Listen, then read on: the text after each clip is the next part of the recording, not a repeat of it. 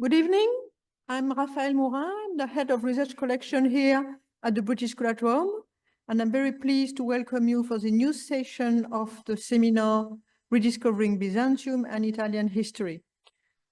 Tonight, we are very happy to host Antonino Tranchina. Antonino is a senior researcher on medieval art history at Università Federico II in Naples. He has a PhD from the University La Sapienza in art history. He's also studied Romance philology and visual arts. He has held a number of positions as a research fellow or teaching positions in the Biblioteca Hertziana, in the University di Udine. I'm reorganizing differently than he did, so it's a bit complicated. And then Heine Universität of Düsseldorf. He is specializing on monasticism and the arts in early medieval Campania, in medieval architecture, sacred and profane, connected with coast and harbor. He is particularly interested in Greek monasticism in southern Italy. This is why we have invited him today, and with special concern to church decoration and furnishing and Greek Christian identity. He has published various articles. He is curator of two books, one on Calabria Greca, Calabria Latina, segni monumentali di una coesistenza in 2020, and in 2023, Tra terra e mare, architettura e potere sulla costa del Tirreno meridionale. His own monography was published in 2023 in the Biblioteca Hertziana series with the title Monaci sullo Stretto, architettura e grecità medievale nella Sicilia normanna. Today, we will speak in English about monks between the seas shaping Greek churches in Norman Sicily.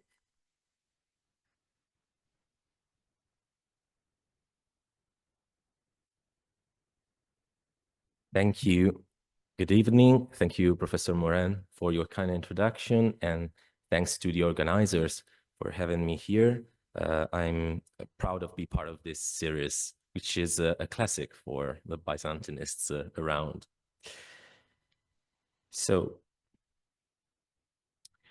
those as if in laces were bound with his words, Monk Philagatus says of his mentor, San Bartholomew of Cimeri, che in idin ton mython ton Cyrinon tropon allon e palithevonta. See the myth of the Sirens revealed in another guise, for some spiritual grace and persuasiveness resided in his lips, and so he succeeded in being an unspeakable soul magnet. Those who hearkened his teachings know how, in his words, without art, the myth of the Sirens proved truthful. Egnosan avton ke Vasilis avsonon. The kings of the Ozons understood that too, and they marveled at the sight, making him dine share. Fed by his words, they acted with reverence and every honor, laying the table with the thick rags he was wrapped with, aside the thesbits, that means Prophet Elijah's Hermetic mantle.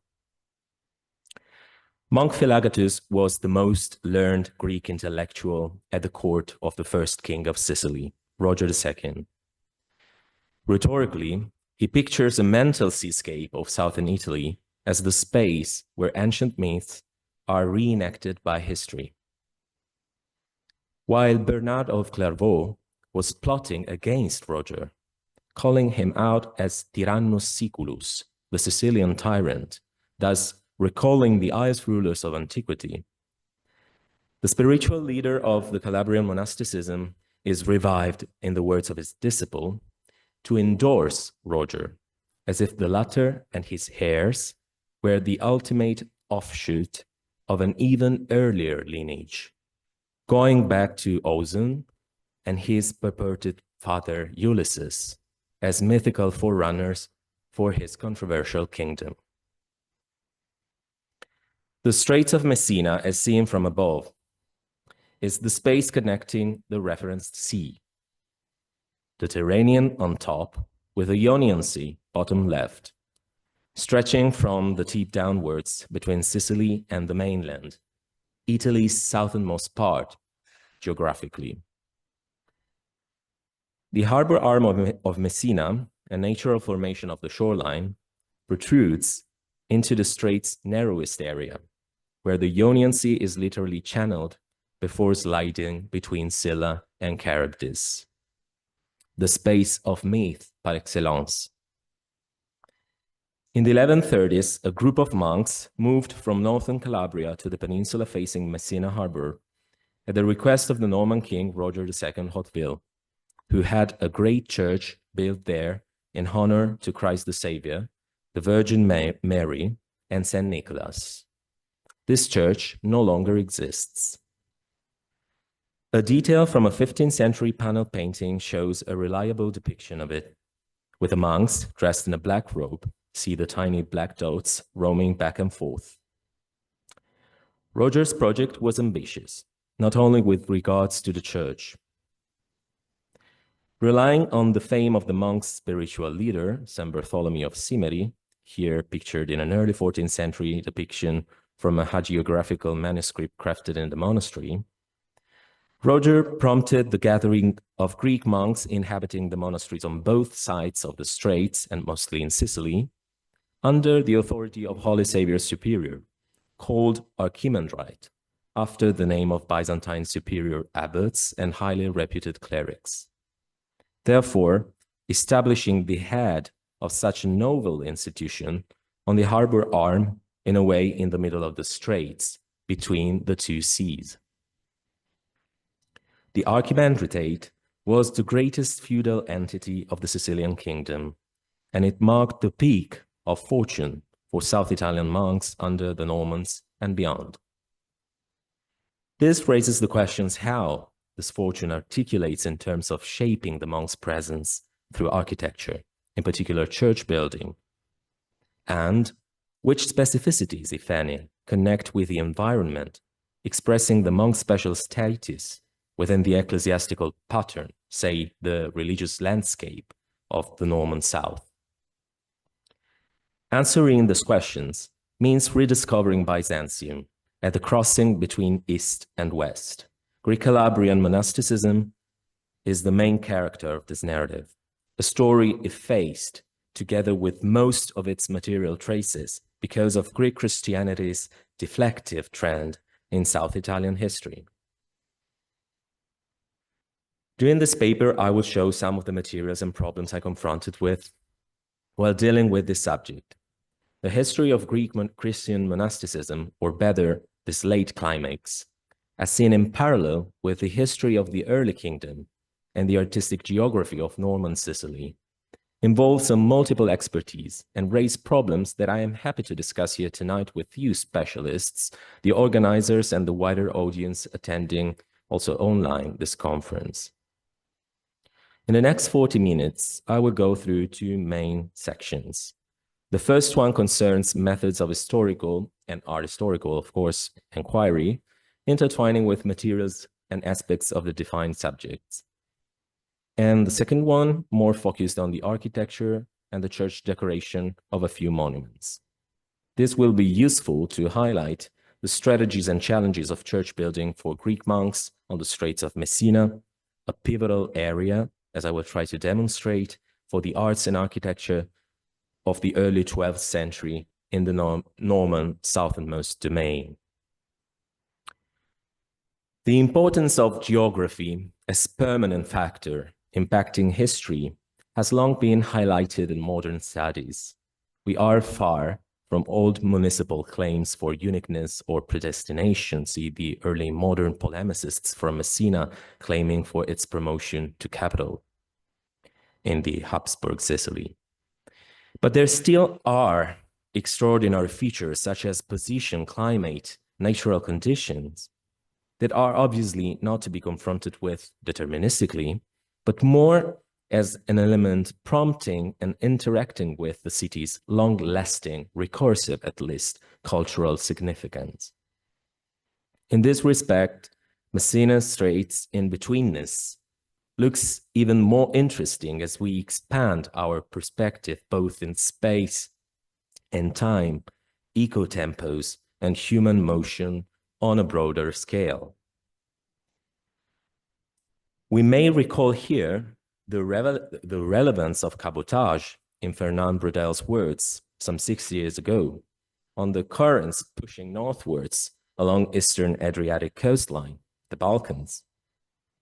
If you reach Corfu with just 1 day of open sea, you can get closer to the Italian coast and get the opposite push, southwards. This current can be paralleled with a river, though salted, almost a sea river that brings the ships to the Gulf of Taranto and then round along the coast down to the Straits of Messina, which is no serious obstacle, and then Sicilian eastern side finally spreads before your eye. During the Middle Ages, more direct routes are hinted at by written sources. One might briefly reference the open sea route from the Straits to Patras, highlighted in studies such as Falkenhausen's one on Byzantine region, or St. Willibald's journey to Monemvasia. This is an incredible source. He sailed from Syracuse during the late 8th century. In a word, the Straits of Messina are the safest passage from Eastern to Western Mediterranean, especially when it comes to alternative such as circumnavigating and confronting with circumnavigating Sicily and confronting with the sea space between Sicily and Tunisia, the Canale di Sicilia, the danger of which is tragically reflected by contemporary events.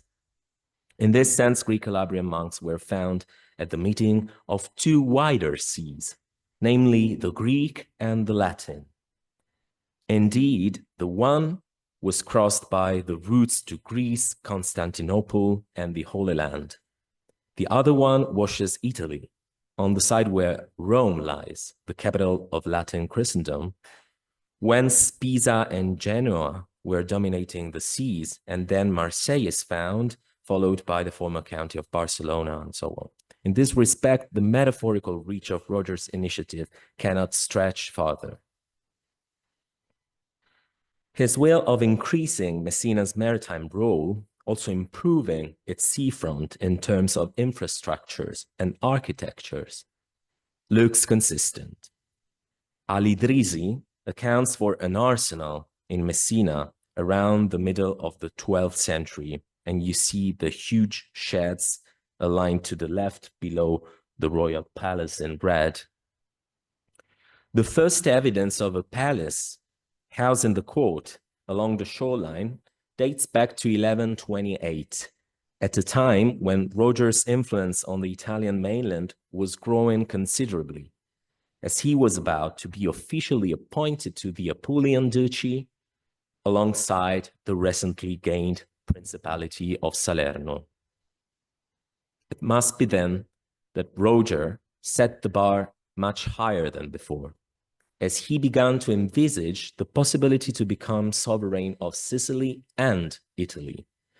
Such is the kingly style we encounter in his chancellery right after 1130. A few marble blocks bearing Nask writings rendered with opus sectile inlays are supposed to be coming from this palace, all of them, as I believe, notwithstanding the pieces immured in the late Norman cathedral and published by Mastelloni and more recently by Giuliano. So Mastelloni is convinced that these blocks were in the cathedral from the very beginning. The reading provided by Annelise Neff is captivating, and it seems to be referring to the King's Palace, as was the case for the better-known blocks from the Royal Palace in Palermo. The former, so the Messina Palace, being described as paradise, full of light and splendor, imposing, radiant, and epitomizing beauty. This passage says that Roger, through me, has even surpassed the stars. But what does it mean? Is it a general metaphor of apotheosis? I infer this could be a further reference to ancient myths, in particular to Messina's mythical founder, giant Orion, who shaped its harbor, and particularly its curved peninsula, by throwing rocks in the sea, as recounted by Greek sources, namely Diodorus. Instead, Arabic sources account for the connection between Orion's constellation and the city of the Straits. According to Yakut, Orion is Messina's house of life, as Jeremy Jones has kindly informed me. Though this is a scanty evidence, he also warned me, I find it nevertheless captivating connecting to Neff's reading. Yet epigraphy is up to experts, of course, and I would just remark here that mythology and astrology were neighboring fields, the expertise of which pertained to neighboring groups, all inhabiting the same space and questioning its geographical and cultural density. They also acknowledged the same sovereign authority, Roger's supremacy, soon to become kingship, and they were engaged in waving rhetorical narratives around him. Couldn't this parallel between Roger and Orion as builders of the harbor and patrons of Messina's splendor be but a missing piece of that picture? Getting back to our monks, I propose to consider within this strategy as some kind of preliminary the building of holy saviors on the peninsula facing the site of the royal mansion yet to be built. The chosen spot was laying on the tip enclosing, here it is, the port basin. But at the same time, the fortified monastery, which is known as castrum as of the 13th century, also aligned with the Norman castle up on the facing hill. And you see here on top to the right. The facing hill of Matagrifone. According to a side note on a mid-12th century manuscript produced in the monastery, the latter was established in 1122. That means in the year when Roger's cousin promised to hand over the inherited ownerships in Calabria, Palermo, and Messina. In that moment, it was as if the passage from Malaterra's chronicle, notably referencing Messina as Clavis Siciliae, the island's key, found a parallel reflection on the opposite side of the channel. The Straits became Clavis Calabriae, and as later events developed, the overall South Italian mainland key. I cannot but recall here, but at a later stage, the stay of Richard the Lion and Philip Augustus on the way to the Third Crusade between 1190 and 1191, with the former occupying the castle up on the hill, as well as Holy Saviors, where his treasure was kept, and the latter, Philip Augustus, residing at the royal palace. In a way, the Straits of Messina resound like an ocean because of such transcontinental projections. But at the same time, the Straits resemble a lake, as visible in these shots I took from Terreti, north from Reggio, the site of a former Greek monastery established in the 11th century, therefore in times when Reggio was controlled by Byzantine officials, and then fostered by the Norman sovereigns. The comparison to a lake hints to homogeneity, as well as to all-round unity, a condition that ancient history intermittently accounts for as regards the Straits. One may even recall tyrant Anaxilas of Rhegion, who seized Zancli and changed its name to Messana around 494 before Christ, placing the city under his influence. In the Middle Ages, the war campaign launched by the Byzantines and led by George Maniakis resulted in an ephemeral outpost on both sides of the Straits around 1040, held by a Catebano of Sicily named Vasilios Pediaditis. The reference to lakes helps explain specular aspects in both sides, in particular between Messina and Reggio. Reggio too had its harbor arm, but straight and shorter, a cape called Punta Calamizzi, protruding at the mouth of a torrent and sheltering the port bay to the south. This is shown in a drawing by Peter Bruegel the Elder, relying on sketches from circa 1552. Notably, the drawing, which today is found in Rotterdam, shows a reversed side, since it looks to the south, with Reggio shown on the right, as to adapt the etching to etching and printing.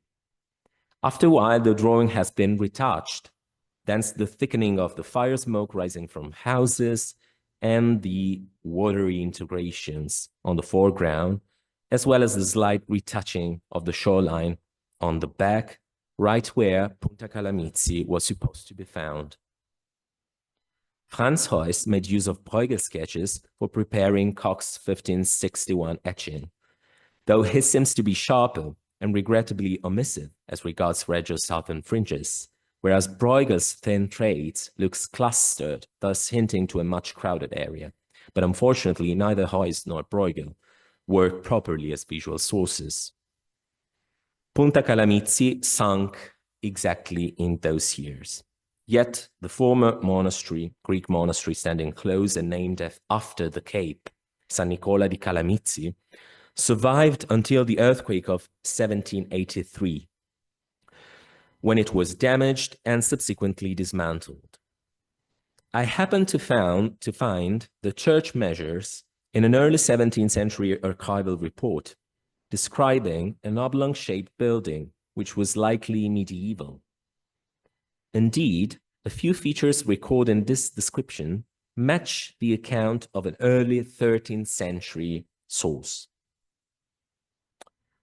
According to the latter source, that is the life of Calamizzi Egumen Cyprian, St. Nicholas was a three-nave church, since Cyprian had the left side dating as far back as the early times of the church, rebuilt from the deepest. In a word, that was the ale, literally pterygion means winglet, so ale. He must have reshaped the left apse too, connecting it to the treasury at the base of a belfry with a spiral staircase housing the semandron, a fixed wooden instrument to be hit rhythmically for gathering the brothers to prayer. The semandron is found in the Christian East in spite of the Western bells, but it is well documented by Greek-Italian medieval sources. It is impossible to ascertain whether the author is right in pointing to the former ale as a feature of the 11th century pre-Norman church. The anonymous church excavated in 1988 to 90 in Reggio's city center, especially the apses, may recall the proportions of St. Nicholas' sanctuary base as described by the early modern account. May be noticed here that this anonymous church is still unpublished, but it is usually referred to Reggio's Norman phase, so 11th to 12th century. Calamizzi Church instead must be a popular shrine since the late Byzantine times, connected to the city's religious identity and revered by imperial officials. We know that Vasilius Pediaditis, the aforementioned Catepano of Sicily around 1040, had left to this church a luxury textile as votive gift. What is lesser known is the existence of a pre-Norman shrine dedicated to St. Nicholas on the other side of the Straits, namely on Messina harbor arm. Indirect evidence is the dedication of holy saviors to St. Nicholas as the third titular saint. We still find a mention of this church in the 16th century, when it was half ruined. San Nicolas in Lingua Fari was then believed as being the former temple of Neptune. The Church of St. Nicholas Tispuntis features the life of St. Bartholomew of Cimmery as the place where a miracle took place, ultimately paving the way to Roger II's initiative to build there a greater church. But the main, yet overlooked, source for the location of St. Nicholas and for the shrine's popularity vis-à-vis the Straits' multicultural audience of the Middle Ages is again the Greek Calabrian monk Philagatus of Cerami, who wrote in parallel to Holy Saviour's earlier phase. At the beginning of his homily for St. Nicholas' feast, Pelagatos recounts that he personally experienced the saint's power when he crossed the straits on a boat in rough sea conditions. A storm suddenly broke out at Charybdis, putting anyone's life at risk. It was an Arab man who prompted fellow travelers to entrust their fate to St. Nicholas, fingering his shrine at a distance. Protistis keton tua crotiriu topon, enoto hieron tua giu ededomito. Pelagatos is singling out the shrine's location by making use of the very expression that points out holy saviors in each and every 12th century Greek document concerning the monastery, then called Holy Saviors of the Peninsula, tua crotiriu.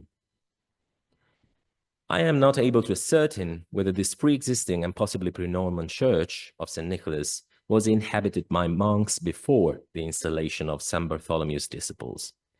Cristina Rognoni has recently attracted the attention on an 1146 document where Holy Savior's monks state that they had been holding possessions for some 50 years, which is impossible because Roger II officially founded the monastery in 1131 to 33, at least the dates of the endowment charters.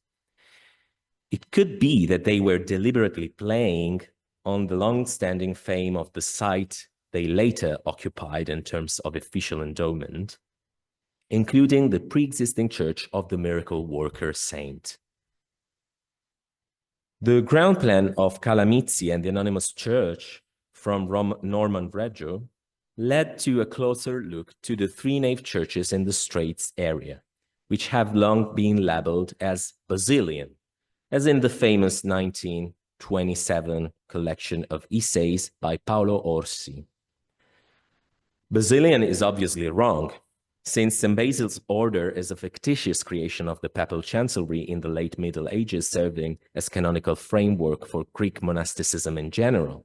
And this provided even more useful to handle South Italian Greek monks as a westernized institution and to provide later reformations within the Roman Catholic Church. The misfortune of South Italian Greek monasticism in the long term, while matching that deterministic trend in a historiography of modern nations, has proved disadvantageous for the evaluation of Greek monastic architecture of the Norman period.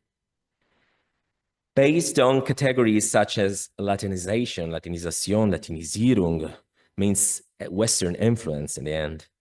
Not to mention the consequences of the so-called questione meridionale on the scholarly evaluation of South Italian cultural heritage in general. Traditional art historical narratives have deemed the alleged Basilian architecture as minor, subject to Benedictine influence, another overcharged term, and useless in the confrontation between styles and artistic trends, where there must be a winning part, such as in history. Needless to say, this is diminishing the creative potential which is reflected by the variety of architectural options implemented in a relatively short span of time, as Greek monasticism gained momentum under the Normans and across a trans-regional region, let's say, which is in fact united by the Straits. A more balanced approach, such as the one I propose, allows one to endorse even more practical art historical factors, such as the exchange of craftsmanship, materials, and options customized according to the local resources and cultural tradition. All these factors take for granted the ubiquity of options between some Greek monastic churches and the major building endeavors in the area, that means the coeval Latin cathedrals and abbeys. Sometimes there's no need to prioritize or to read architectural phenomena as a mere reflection of social and political ranking and opposition. In this sense, the recursive option of the three-nave church for Greek monks enjoying the protection of the Norman counts and kings, here's my reconstruction of the 12th century Terreti, could be referencing, in my opinion, the venerable Christian tradition in the Straits area, as well as its latter and still Byzantine phase. The excavated Cathedral of Bova, which I'm not showing, not to overcharge your visual repertoire. The excavated Cathedral of Bova, the anonymous church unearthed on Mount Tiriolo, nearby Catanzaro, the former Cathedral of Santa Severina, all these share a three-nave plan and date back to the late Byzantine period. So this may not be a submissive Latinizing option. It seems to me as rather stressing that Greek Christians there could rely on continuity while supporting the new rulers and enjoying the economical means and possibilities granted by their Norman protectors, as well as any of the architectural novelties circulating the region. On the other side, take it as a paradox. If an alien, but a learned alien, came here and was asked to picture the specificity of Greek Christian architecture vis-a-vis, in opposition to the great Norman cathedrals of the south, he would rely on two alternative options, either wandering across southern Italy, trying to extract the answer from direct experience, or judging from art historical literature on Byzantine sacred architecture, especially in southern Italy. If he embarked in the latter option, he would certainly apply the paradigm of derivation from the center, Constantinople, to periphery. And he would therefore expect to confront with a series of square churches with a central dome supported by 4 piers or columns and potentially even 4 domes arranged symmetrically on the central one. But if he embarked in an on-site journey, he would end up in despair, as none of the extant Greek monastic churches in Sicily and Calabria is matching this standard. The cross and square plan, as the Middle Byzantine standard of church architecture, proves misleading, especially when it comes to South Italian Greek monasticism of the Norman times. Cross and square churches in the region cannot be connected to the monasteries, with a few exceptions. In recent times, a square 9-bayed layout has been proposed as the early building phase of Sant'Adriano in San Demetrio Corone. Yet it seems to me as being a bit controversial, as the evidence is restricted to the floor level, an underground level as regards the apse, where the early 12th century pavement is not hinting to a central plan. Regrettably, 4 piers don't make a square cross. The church we see today dates back to the aftermath of 1184 earthquake, as shown by Adele Coscarella, who also recognized the relative chronology of the masonries in the present oblong-shaped church. We are on a safer ground for the early 12th century church of Santa Maria di Gala, though the archaeological evidence here is badly damaged and the site is currently not accessible. The site of the former monastery overlooks Melazzo and the Aeolian Islands from a pre-existing late antique raised platform. It was established, or better, re-established according to the foundation document, by the Calabrian official and great judge, Megascritis, Nicholas of Mesa, who at that time served Countess Adelaide, Roger II's mother. The medieval southern wall of the church was sketched, to our fortune, was sketched by a local painter around the end of the 19th century. Few authors have dealt with the subject, and some argued that the cross and square plan is unlikely. In the 1970s, archaeological excavations took place, focusing more on the late antique. The plan of the church's foundation walls looks a bit elusive, just a square with a single apse. Whereas architects drafting a more accurate diagram some 10 years later recorded 3 apses, as well as the foundations of the central piers, either columns or pillars. An old account, understated by scholars, looks to me as being trustworthy. I totally agree on skepticism as precondition when it comes to local narratives overcharging captivating clues, such as the existence of 5 domes covering a disappeared Byzantine church. But things look different to me this time. The early 20th century local scholar accounting for the multi-dome church relied safely on earlier sources directly connected to people responsible of the covering's dismantlement. Incidentally, the archaeological finds confirmed the square layout at least, and the drawing clearly show the late 19th century drawing show the buttresses supporting the building at its corners. That means at both ends of the then extant wall. Now, the interlacing arches of this outer wall, together with the middle window, reveal a symmetric arrangement that looks consistent with the purported central plan. 5 domes correspond to a cross and square plan, such as in San Marco in Rossano, or in the later Cattolica at Stilo. 5 domes at Gala then, though this doesn't match the Sicilian standard from the middle of the 12th century, when a few cross and square churches were built in Western Sicily, and not monastic ones, all covered with a single dome. I therefore propose to set Santa Maria di Gala in an extra Sicilian, yet local scale, given the Calabrian origin of the founder, shared with many officials, intellectuals, and professionals moved to early Norman Messina.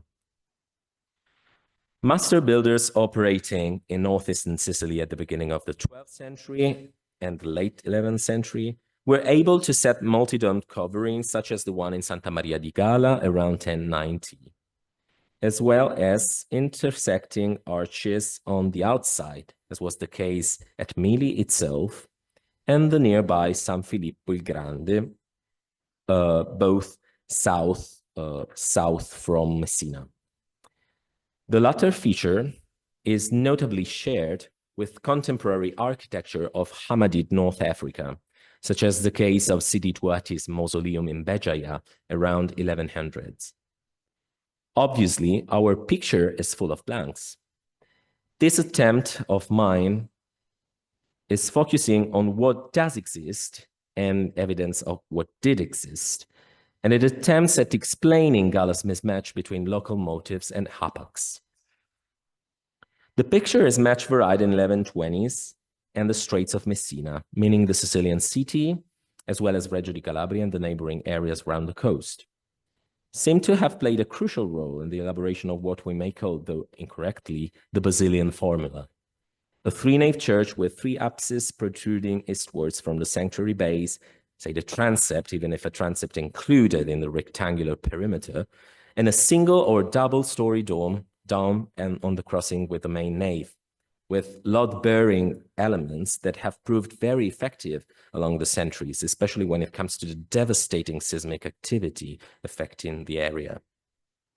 Furthermore, building materials and techniques, as well as the main features of the building elevation, look consistent. Bricks were produced extensively on both sides of the channel, but the craftsmen must be confronting with reused materials at first, while resolving to set a new manufacture. Such is the case of Santa Maria della Rocella near Catanzaro. Margherita Tabanelli has convincingly argued that this church was supposed to be the Latin cathedral of Scolacium, an ancient diocese restored under the Normans in 1110, but opposed by the Pope and ultimately dissolved around 1123. The Greek monastic church of San Giovanni Feristis, that means the harvester, a local saint, had its sanctuary built in those years, as I believe, since consecration is documented in 1122. Based on the church elevation, archaeologists conclude that the single nave connects the sanctuary with a pre-existing structure dating from the 11th century and corresponding here to the brighter masonries to the left, pierced by the arched doorway, the first one to the left.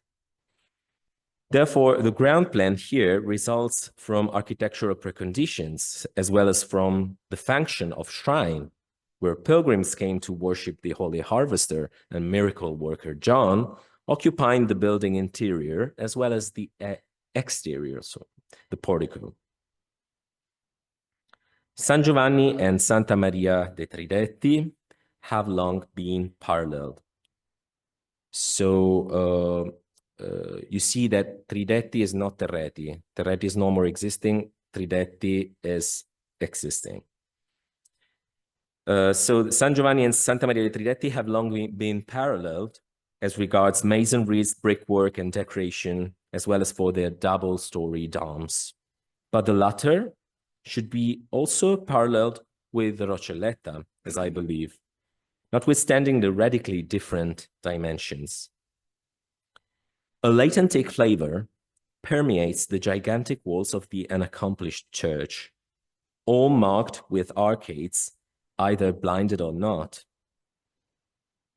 That features tridetti too, though on a minor scale, not to mention the interchange between full and voids, as well as the niches, which only show in these two churches.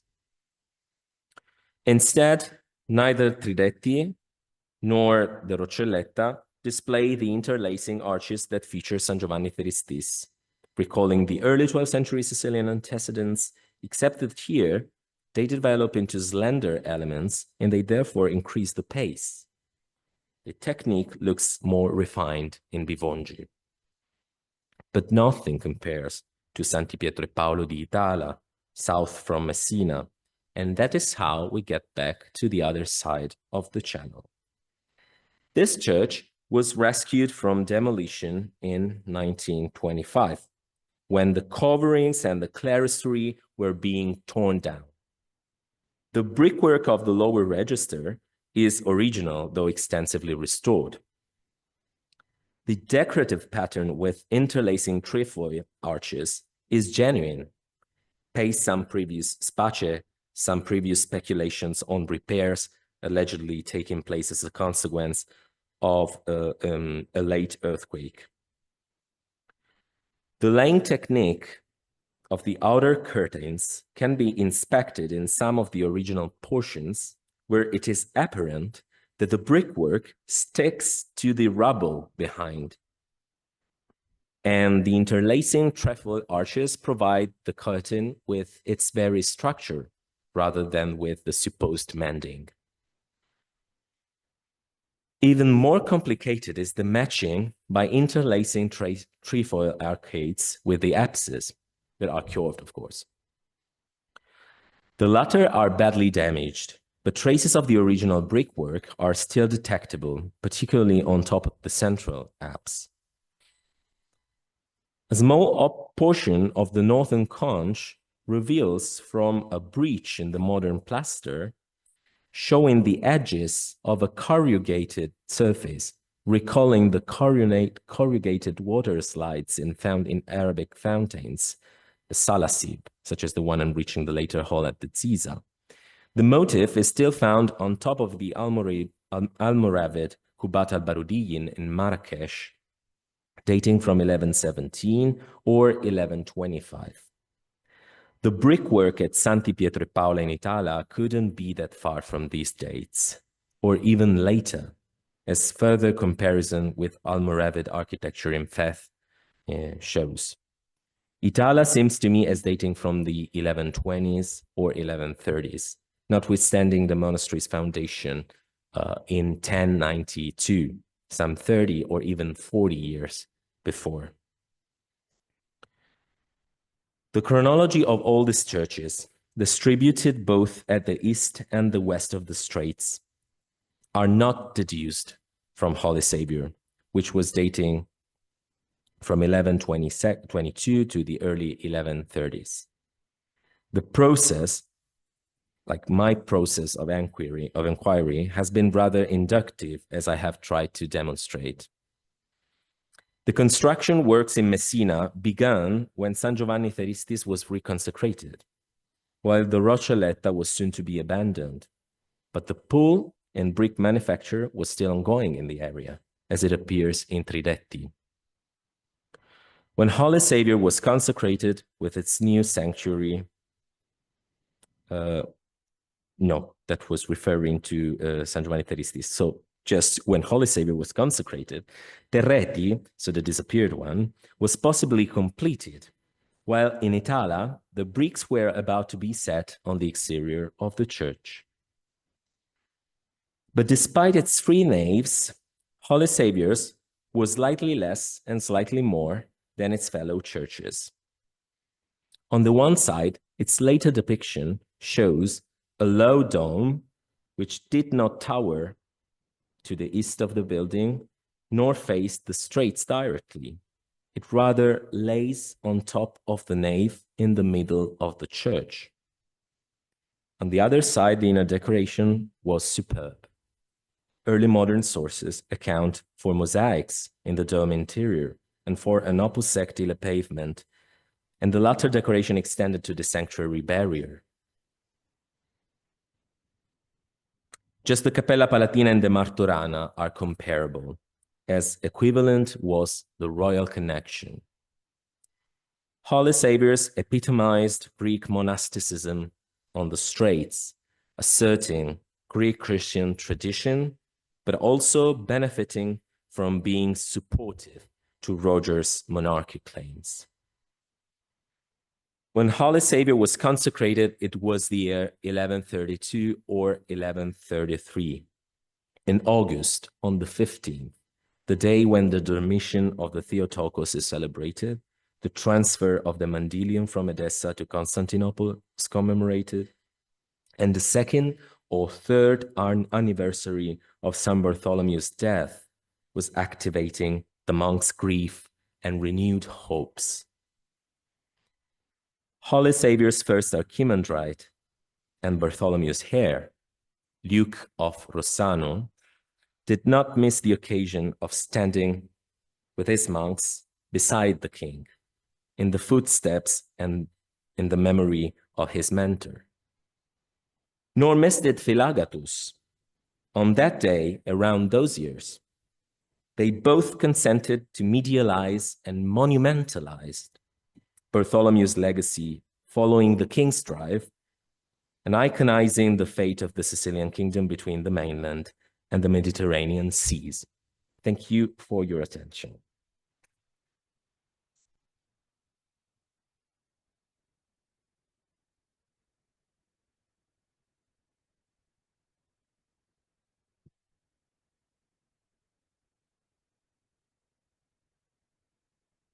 Thank you very much. You remind me of my lessons of art history when I was at the École des Chartes in Paris, although it was only on Romanesque art for 3 years. That was more beautiful. We have a lot of time for questions in person in the room or online. Pepe, I need your help to see the people online. In the room, questions, comments, critics, disagreement, confirmation? In italiano, anche.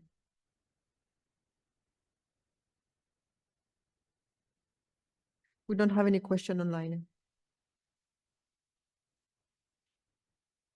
No question? Yes, question.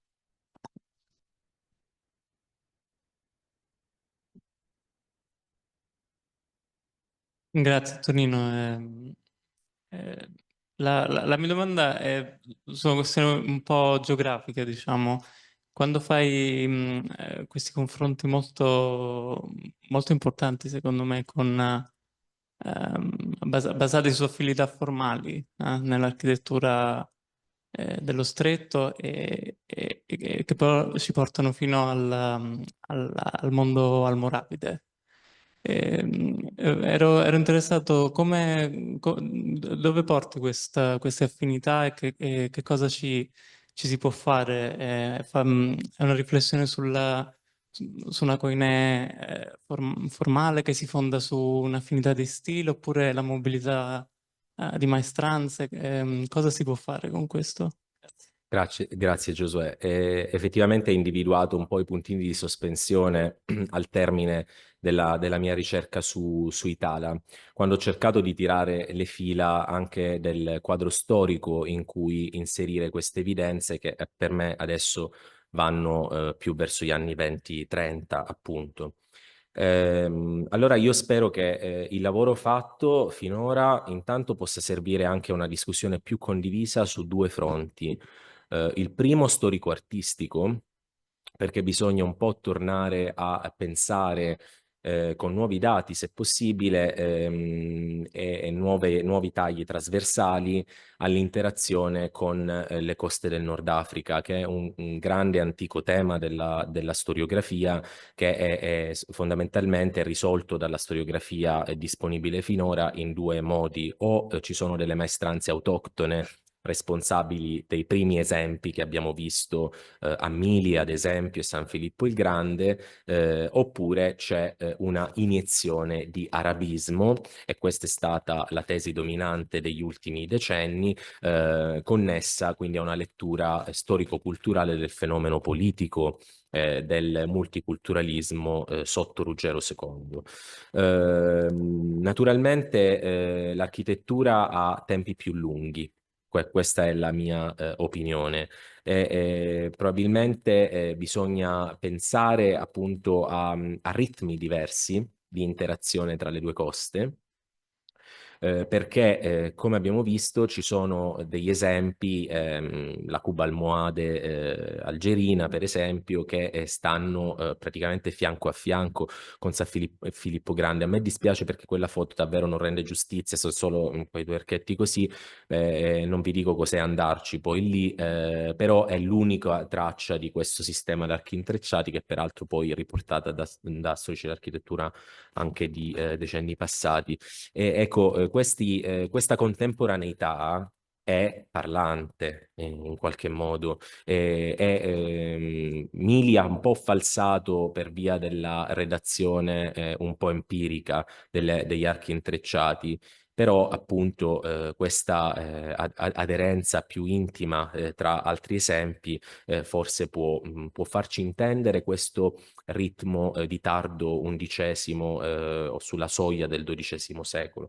Quindi dall'altro lato invece, come lo stavo scordando, vorrei che il dato storico-artistico, o se vogliamo materiale, come si usa dire oggi, possa servire anche agli storici, perché l'unica risposta che io ho trovato sotto il profilo storico sono ovviamente le ingerenze di Ruggero II nella situazione politica del Nord Africa, e soprattutto nel frazionamento della situazione politica, da cui traeva beneficio per l'import-export in buona sostanza. E poi un'altra risposta che per me è quella più affascinante, ma io sono viziato perché questi monaci ormai mi perseguitano da 10 anni, e cioè il clero greco è quello che interagisce con gli arabi convertiti. E questo è stato provato da vari studi, e soprattutto posso evocare poi soprattutto i manoscritti bilingue che appunto ci fanno un po' toccare con mano il fatto che gli arabi convertiti si battezzavano per il rito greco, sostanzialmente. Quindi se però, ecco, questo è un po' caricare l'evidenza materiale con un significato ideologico che avrebbe bisogno di più sostegno, ecco. Grazie.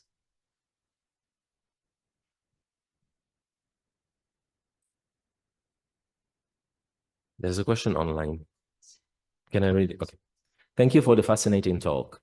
Could you speak a little bit about what we know about the builders and architects in this area in the 11th and 12th centuries?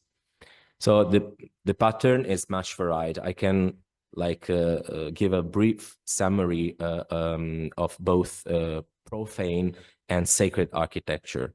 So as for the former, we just have the traces of the royal palaces, especially in the second quarter and the middle of the century. But as for the earlier times, we are less documented. So this is the case, for example, for the castle in Messina, which is documented by written sources, but then reshaped in the Swabian period, and we don't have anything of the Norman castle of Messina. In fact, the position of the castle is also debated. So some believe that it laid on the shore. That was the triangle tip that you saw, Castello a Mare, but I myself believe that it was the one up on the hill, as was the standard for Count Roger. Then we have the churches, and the churches are more studied. We have the Latin abbeys in the south, starting from Santa Eufemia, and then going through Mileto, we are informed, as regards the latter, of several architectural features that, in fact, reflect on this so-called Basilian architecture. We have influences from coeval buildings, such as, for example, the alleged relationship between the Cathedral of Catania and Santa Maria dei Tridetti, but the Cathedral of Catania is 1090s.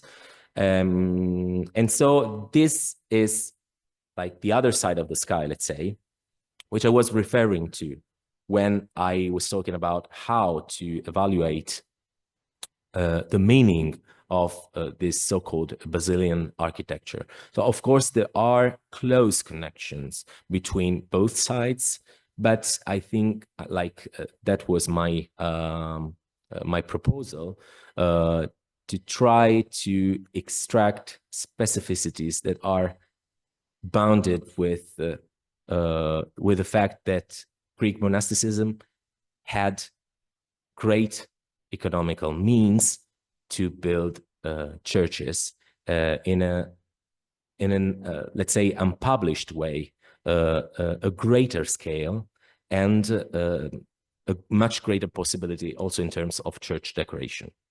So I don't know if I have answered your broad questions, but that I try to summarize. How to clarify. So my question pertained more to the training and origins of the experts involved in the building. Do we have any traces of them as individuals?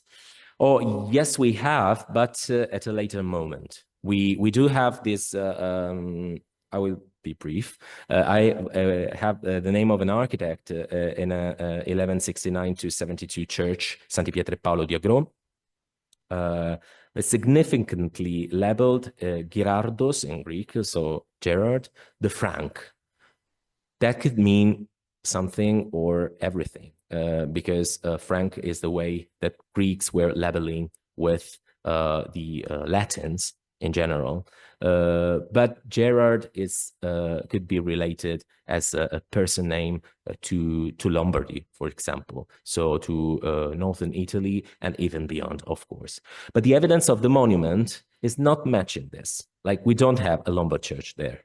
We have like the most complex Muqarnas of, I would say, of the area.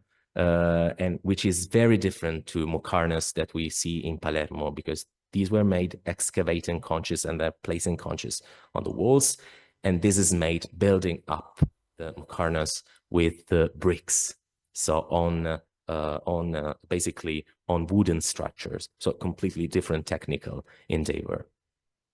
So that's what I may ask. There's much historiography on the cultural ethnic connotation of master builders, but we are trying also to elaborate on this and trying to find new keys for interpreting the meaning also of single architectural elements.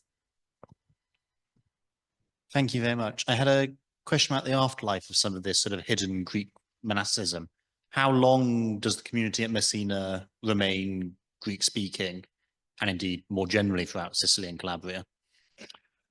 So thank you for the question. So as for the Greek, we disappeared very slowly and mostly in the early modern times. But the institution remained as the greatest representative of Greek culture in the South. In fact, in the mid-15th century, the Aragon kings appointed the learned man for teaching Greek at the Holy Savior.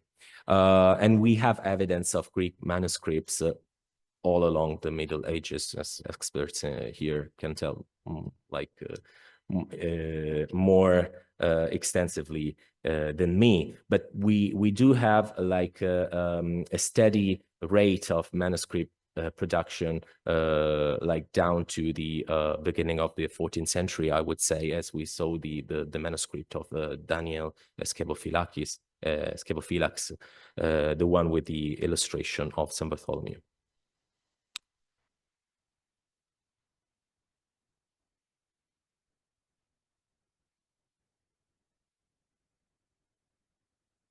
We have Paola Degni. Hai fatto giustamente riferimento ai codici bilingui, che sono un dato importante dei rapporti tra monachesimo greco e arabi convertiti. Alcuni sono salteri su cui si imparava la lingua greca. Riguardo alle influenze arabe, non pensi che siano fenomeni di lunga durata, direi precedenti a Ruggero II, le espressioni architettoniche e artistiche, dovendo essere riconoscibili da punto culturale, è importante pensare al contesto. Sì, sono totalmente d'accordo, ed era un po', diciamo, ecco, questo dice in maniera più chiara quello che intendevo con la risposta sulle maestranze, diciamo lo scambio di repertorio tra le maestranze siciliane e quelle del Nord Africa. Senz'altro con Ruggero si entra in una nuova fase della retorica del potere, che diciamo sposa elementi di praticità soprattutto politica, e quindi poi sconfina in questa mistica del potere su coste diverse, popoli diversi, mari diversi, e quindi è possibile, appunto, come del resto lascio aperto, che al momento del culmine dell'avventura di Ruggero come conte e del suo passaggio alla corona, questi elementi architettonici in qualche modo potessero avere un risvolto ideologico. Però ecco, come dicevo prima, forse più i ritmi vanno ripensati che non una risposta univoca tra prima e dopo. Grazie per la domanda.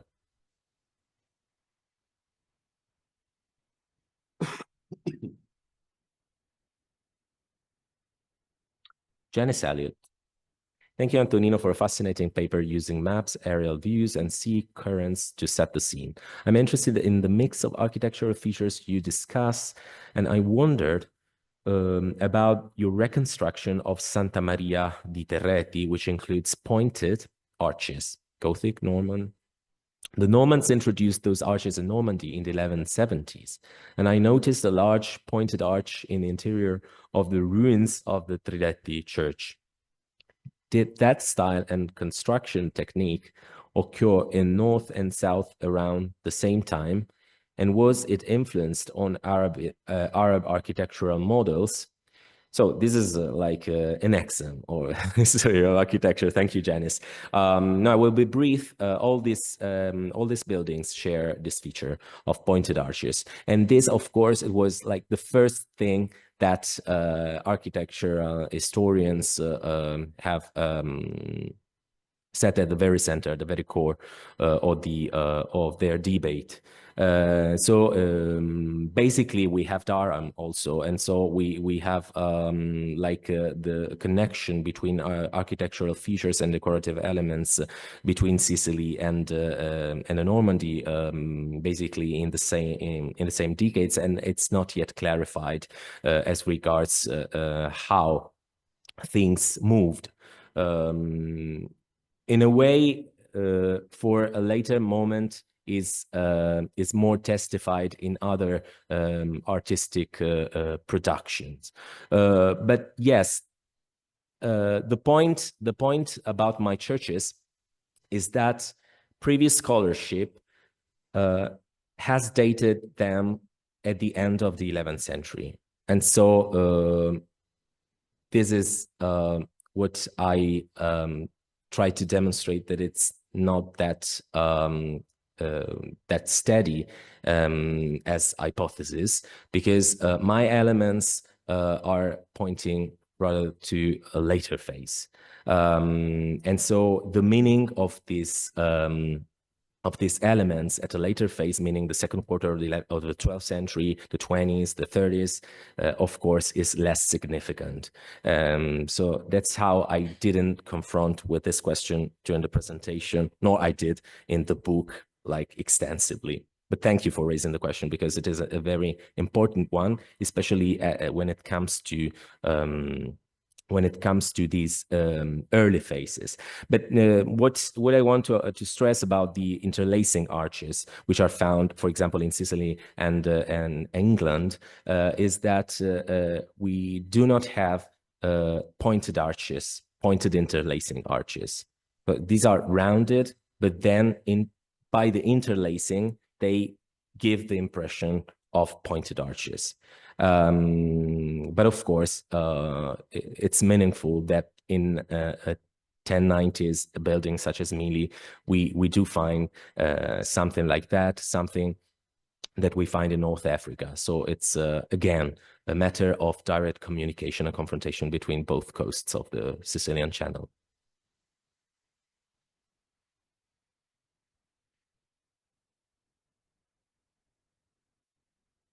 No, sì, John Osborne. Thank you for a fascinating lecture. I had no idea there was so much surviving 12th century architecture around Messina. Do any of these churches retain elements of painted decoration? Yes, they do.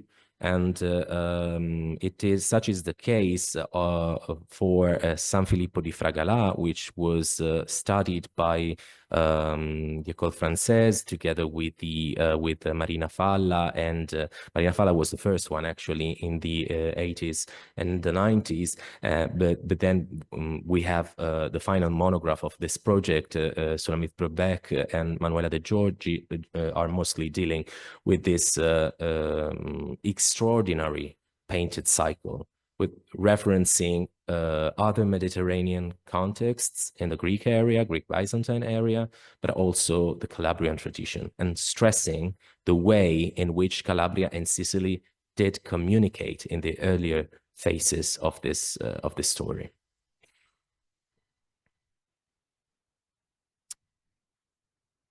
Nothing else?